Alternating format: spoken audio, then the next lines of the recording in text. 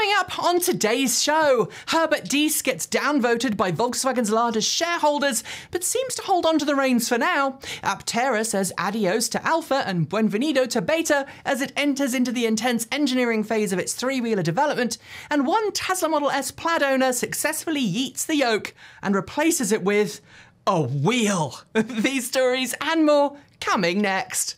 This is Ecotricity's EcoTEC Roundup show from New Zealand's only carboNZero certified renewable electricity company. We only source from wind, hydro and solar, and we are the leading supplier of electricity to electric vehicles in New Zealand. Switch today at ecotricity.co.nz. Welcome back to another roundup in the world of clean cars and green energy. It has been a busy week, so let's get on with it. Since taking over as the head of Volkswagen AG, Dr. Herbert has managed to transform the various Volkswagen Group brands from being incredibly skeptical about electric cars to being pro-EV. Since 2018, under his leadership, Volkswagen, Audi, Porsche, Skoda and Seat have all launched brand new all-electric models. He's met multiple times with Tesla CEO Elon Musk and his pledge to turn the brand into a world leader for EVs.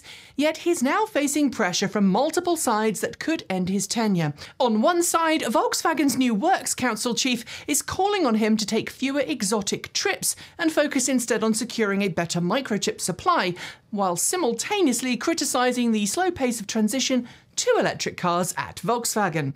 On the other hand, he's being given a vote of no confidence by the Porsche and Piech families, who combined represent Volkswagen's largest shareholder. At the time of recording, Diess still has his job, and while he's ruffling feathers trying to emulate Tesla, his job seems secure. For now. The massive deal we told you about in last week's show between Tesla, Hertz and Uber was responsible for Tesla's shares hitting record highs. But this week, even as Hertz seemed to maintain the deal was done, Tesla CEO Elon Musk took to Twitter to state the deal was far from confirmed. In a tweet posted late on Monday, Musk said, "I'd like to emphasize that no contract has been signed yet," adding, "Tesla has far more demand than production, therefore we will only sell cars to Hertz for the same margin as to consumers." In response, Hertz maintained that it has made an initial order of 100,000 Teslas and noted in a follow-up that it couldn't speak for Tesla. The disagreement over what was actually signed caused some significant Wall Street turbulence, and you can bet that the SEC is going to be looking into exactly what happened very carefully. Watch this space.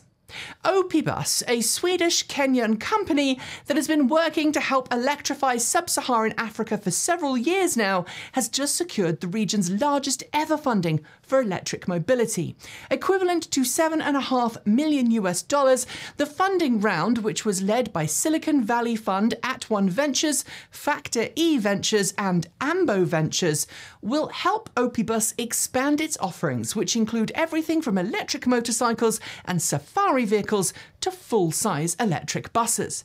Focusing on producing sustainable electric vehicles in Africa for Africans to use, Opibus currently employs around 100 people with a 40% female identifying workforce. That's more than double the global norm in the auto industry.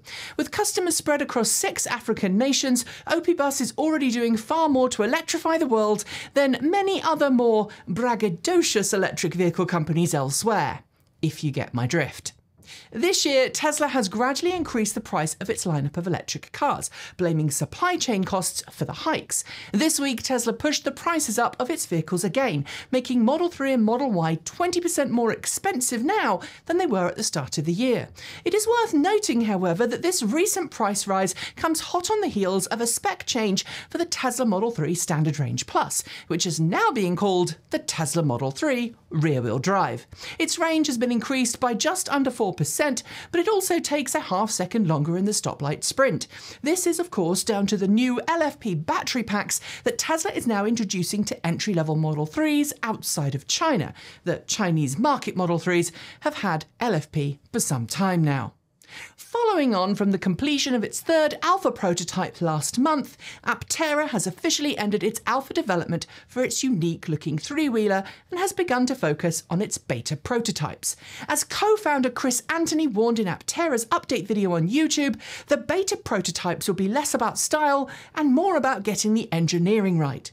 Aptera has also just announced it's moving to a brand new production facility where it hopes to complete its testing and get ready for series production next year.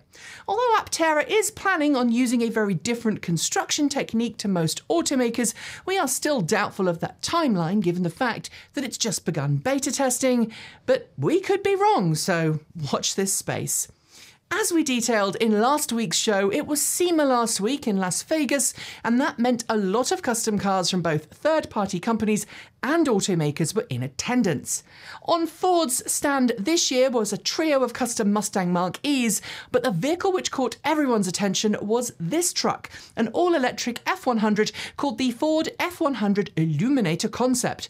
It's been sensitively restored as a classic resto hot mod, but instead of the usual powertrain options, features Ford's Performance Parts new crate motor, otherwise known as the Ford Eluminator crate motor. Essentially identical to one of the motors found in the Ford Mustang Mach-E GT Performance, the crate motor kit is capable of bolting into any retro Ford hot rod, pushing upwards of 480 horsepower and 634 pound-feet of torque. That's 353 kilowatts and 860 newton meters. Now available through Ford Performance Parts, we're curious to see where this motor will be synced next. Volkswagen revealed the latest ID-badged electric car to go on sale this week, the Volkswagen ID.5 and ID.5 GTX. And while it does give EV buyers some extra choice, not everyone was excited by the reveal. Why? Well, although the ID.5 and ID.5 GTX bring a new sportback style to the ID family, both cars are essentially ID.4s with a sloped rear. This gives them a little less headroom in the rear, a tiny bit more cargo volume, and apparently a slightly better coefficient of drag. But what caught our attention was the new features that the ID.5 has promised to launch with, improved on-board in-car systems thanks to Volkswagen's latest operating system, as well as vehicle-to-load capabilities. We don't know the specifics of the two-way power transfer yet, but it is great to see it offered in more and more cars. The ID.4 is also rumoured to soon get the feature via an OTA. The Ford Mustang Mach-E GT and Ford Mustang Mach-E GT Performance have now been on sale for a month or so, but we've only just officially learned the official range ratings for the two most powerful Ford Mustang Mach-Es you can buy. According to figures published on the EPA website this week, the most powerful Mustang Mach-E, the Mach-E GT Performance, tops out at 260 miles or 418 kilometers per charge, while the Ford Mustang Mach-E GT manages the same official range as the Mach-E Premium Extended Range all-wheel drive. While these figures are exactly what we'd expected after spending time at Ford's media event for the same, the EPA notes that the figures quoted were voluntarily lowered by Ford. This should make it easier for everyday drivers to achieve EPA ranges in real-world driving. Indian scooter company Ola has been in the news a lot lately, partly because of its record-breaking sales at launch, and partly because of the impressive capital it raised off back of initial demand. Producing a stylish, fast, affordable electric scooter was only part of Ola's plan, though. It also promised to build out a massive network of Ola Hyperchargers, essentially places where scooter owners could easily and quickly recharge their scooters. And just like Tesla did with its supercharger network, so too is Ola following through on its plan. This week we got word that the company has officially started to build and turn on those stations. The first has already been established in Bengaluru a whole 2 months before the first S1 scooter is due to be in customer hands. It is great to see Ola follow Tesla's business model where charging is concerned. If you've spent any time in the world of rallying and rallycross, you'll know about the legends of the sport. And you'll know that when they're not racing on track, many of them engage in extreme exhibitions of skill in something most call a gymkhana. This week, Vaughn Gittin Jr. posted his latest, a trip around the Faroe Islands with plenty of tyre squealing and smoke peeling amidst a beautiful landscape. But rather than driving a noisy gasoline car, he was at the wheel of the one-off Ford Mustang Mach-E 1400, the monster 7-motor drift car built around the Mustang Mach-E. The video shows off Gittin Jr.'s skills very nicely, but there's also some very weird stuff that is, while entertaining, likely to make you wonder if someone snuck something narcotic into your tea. At least, that is how I interpreted the whole sweater thing. Watch it, I'll link below to know what I'm talking about.